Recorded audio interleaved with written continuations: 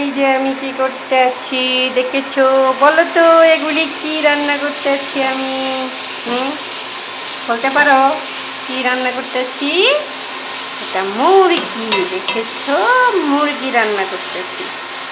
এই যে মুরগি এভাবে ছোট ছোট ছোট ছোট করে কেটে পেঁয়াজ মরিচ দিয়ে সব মশলা দিয়ে এমনি ভাজা ভাজা করতেছি।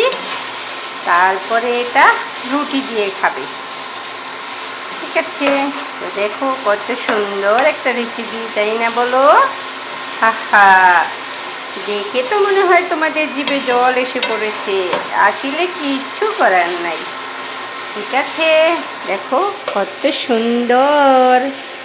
এই যে আমি টেপিট করে লাড়া দিচ্ছি, আর তো হয়ে যাচ্ছে।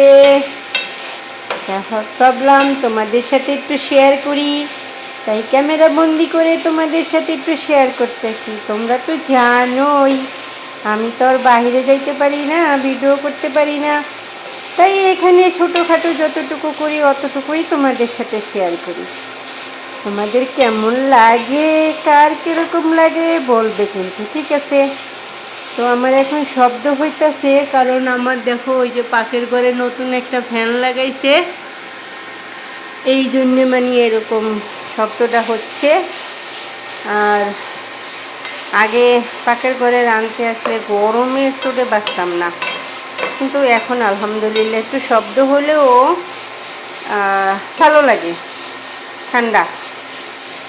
এই যে মানে এই যে দেখো পায়ের অবস্থা কি, মানে ওই যে এইখান থেকে মানে দরজার ফাঁকা দিয়া এসির বাতাস আসতেছে, আর পায়ের এগুলি ঠান্ডা লাগতেছে, মানে গরম কি জিনিস বোঝা যাইতেছে না। এই যে দেখো মনে হয় বাইরের থেকে বাতাস, এটি কিন্তু এসির বাতাস। এসির বাতাসে মানে মিক্সি করতেছে, এটাই আর কি। তো এই যে দেখো কত সুন্দর, এখানে সব কিছু দিয়া মরিচ ছাড়া, মরিচ নাই, মরিচ ছাড়া এমনি সব পদের মশলাই দেই, শুধু মরিচ ছাড়া। তো আরেকটা জিনিস বাকি আছে, এই যে দেখো এই জিনিসটা বাকি আছে।